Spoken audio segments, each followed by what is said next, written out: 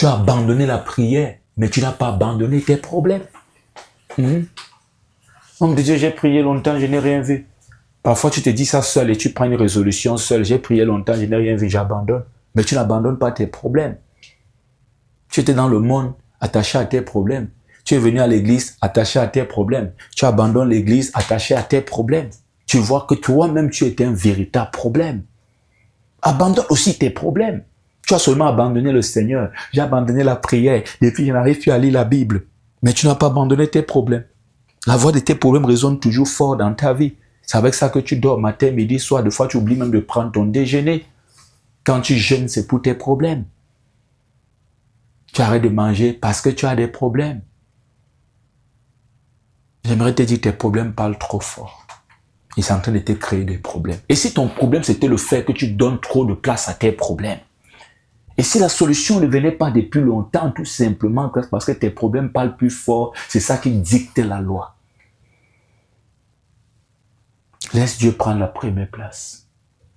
Parce que Dieu parle encore. Tes problèmes étouffent la voix de Dieu. Dieu n'est pas là pour faire le bras de fer avec tes problèmes. Quand toi, tu supportes tes problèmes.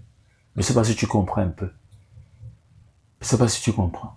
Si tu supportes tes problèmes, c'est ça qui doit dominer dans ton quotidien. C'est le choix que tu as fait. Mais assume les conséquences. Dieu n'est pas responsable. Dieu lui t'appelle à la foi, avoir confiance en lui. C'est sa voix qui doit résonner plus que toutes les voix. Pas seulement de la bouche, des lèvres. Non, Dieu ne regarde pour le moment de tes lèvres, il regarde ton cœur. Certaines parlent fort, oh Jésus est la solution. Mais le cœur bat. Et ça ne bat pas la foi, ça bat la peur. C'est un battement de peur et non un battement de foi.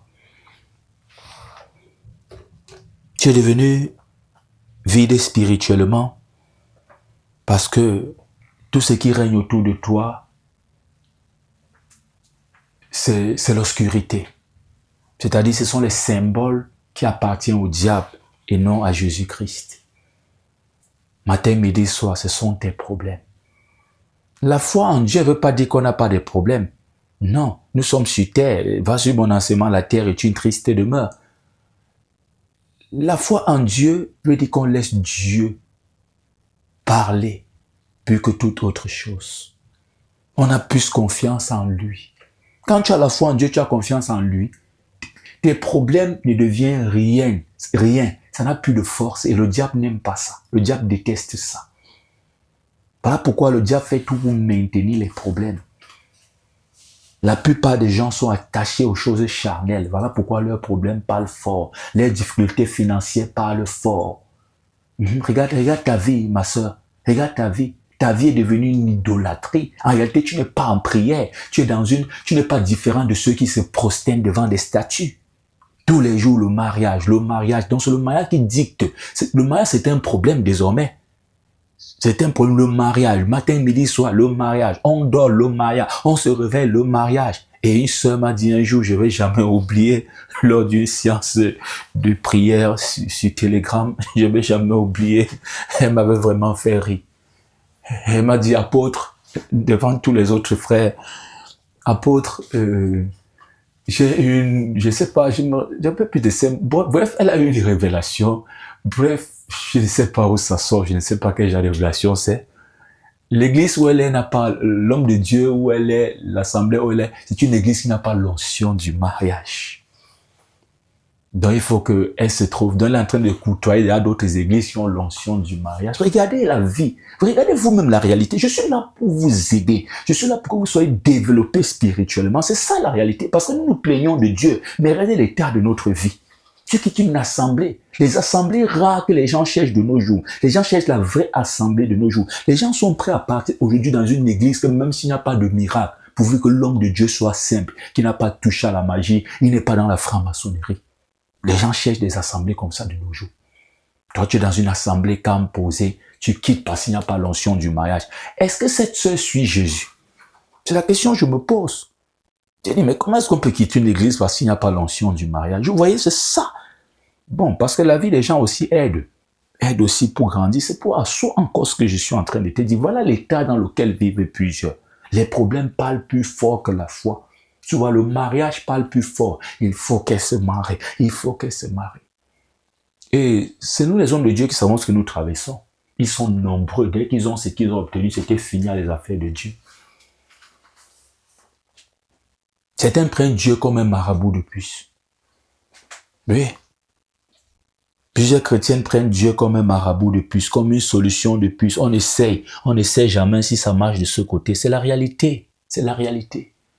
C'est la réalité. Écoute ces enseignements, c'est pour t'aider. Certains problèmes demeurent dans ta vie parce que c'est devenu ton quotidien. C'est ça qui dicte le sujet. Et ça donne de la force au diable et Dieu se retire. Dieu ne mélange pas sa gloire. Il ne supplie pas pour être aimé. Ce n'est pas la foi qui te dicte en ce moment, ce sont tes problèmes. Ce n'est pas la foi qui te pousse à jeûner, ce sont tes problèmes qui te poussent à jeûner. Ce n'est pas la foi qui te pousse à multiplier tes prières, c'est le célibat, c'est les difficultés financières, ce sont les dettes. En réalité, ce sont les problèmes qui dictent leur loi dans ta vie. Et problème veut dire diable, non, c'est le diable qui dicte sa loi dans ta marche, que tu dis toi-même chrétien. À force d'écouter tes problèmes, la voix de Dieu le volume est en train de baisser. Et c'est normal que tu dises, Dieu ne me parle pas, l'environnement n'est pas préparé pour que Dieu te parle.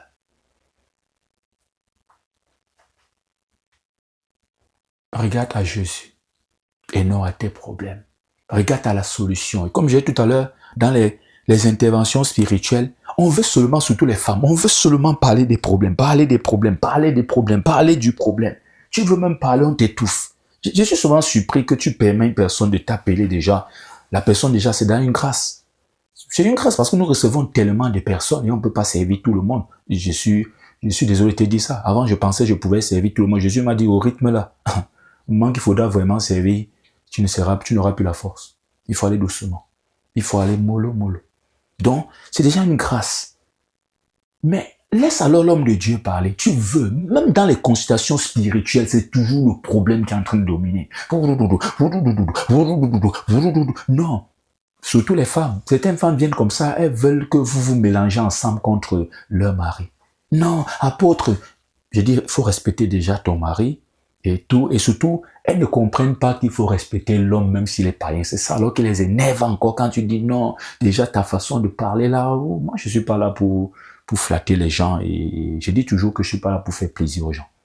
Moi, j'enseigne, ça te fait plaisir, c'est une bonne chose. Ça ne te fait pas plaisir, je suis là pour enseigner ce qu'on m'a envoyé enseigner.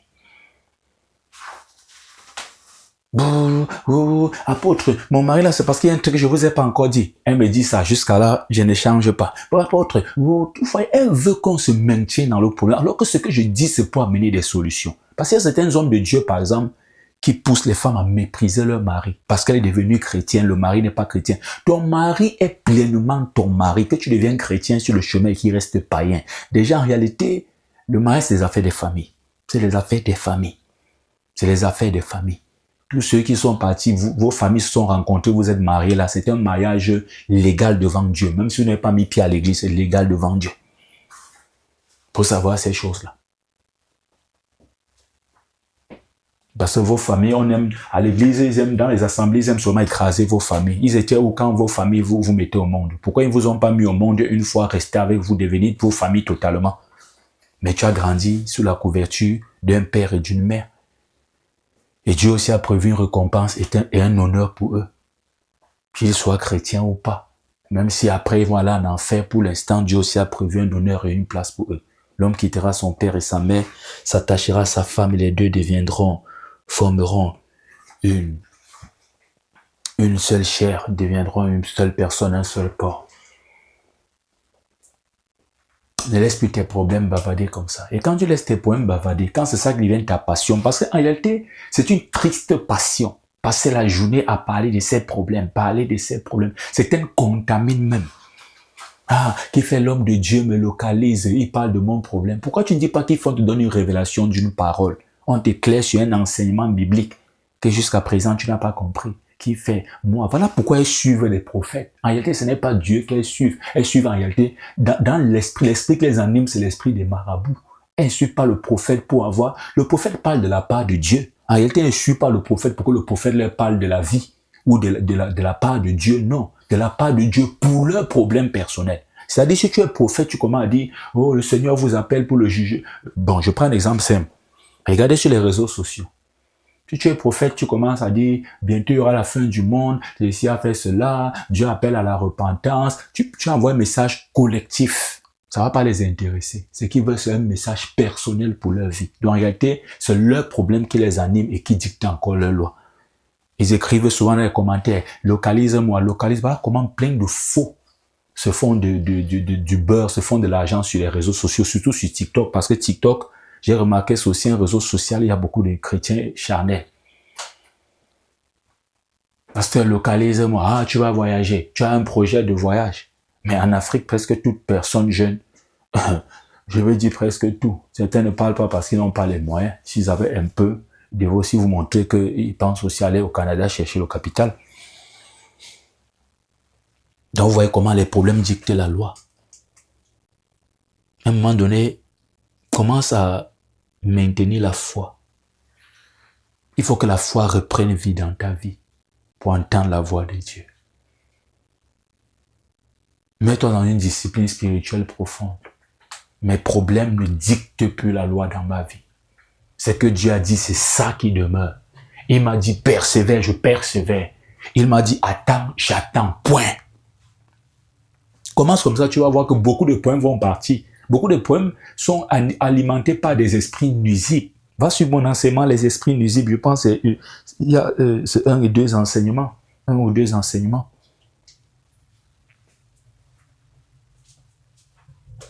Quand les problèmes retiennent ton attention à chaque fois, ta vie demeure une vie de problèmes. Aie confiance en Dieu au plus profond de toi. Et regardez quand les gens ont des problèmes, regardez encore, parce que vraiment, c'est une situation triste que je souligne. Et vraiment, il faut que les gens règlent leur pas. Regardez quand les gens, regardez quelqu'un qui n'a pas de problème. La plupart des chrétiens, quand ils n'ont pas de problème, bon, supposons qu'ils traversent une période sans problème. Si Dieu leur parle dans les songes, dans les rêves ou pas, c'est pas un problème. Vous voyez un peu, c'est pas un problème.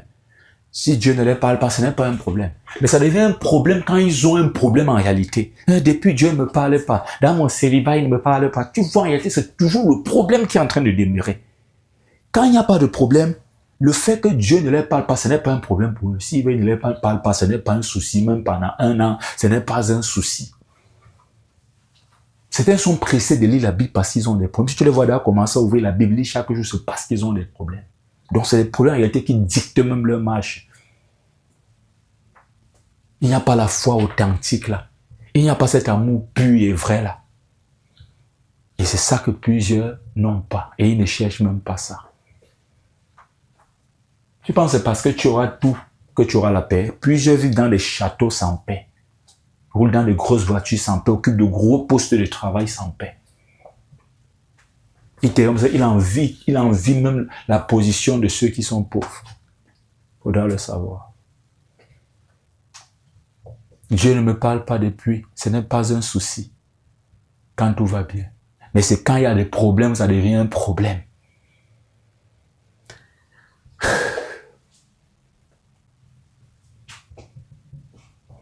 Quand on ne lit pas sa Bible, ce n'est pas un problème. Mais c'est quand on commence à avoir des problèmes qu'on se rend compte que lire sa Bible est un problème. Quand tu écoutes trop tes problèmes, ta foi diminue. Quand tu écoutes trop tes problèmes, quand tes problèmes parlent plus fort que Dieu, tu deviens sourd spirituellement.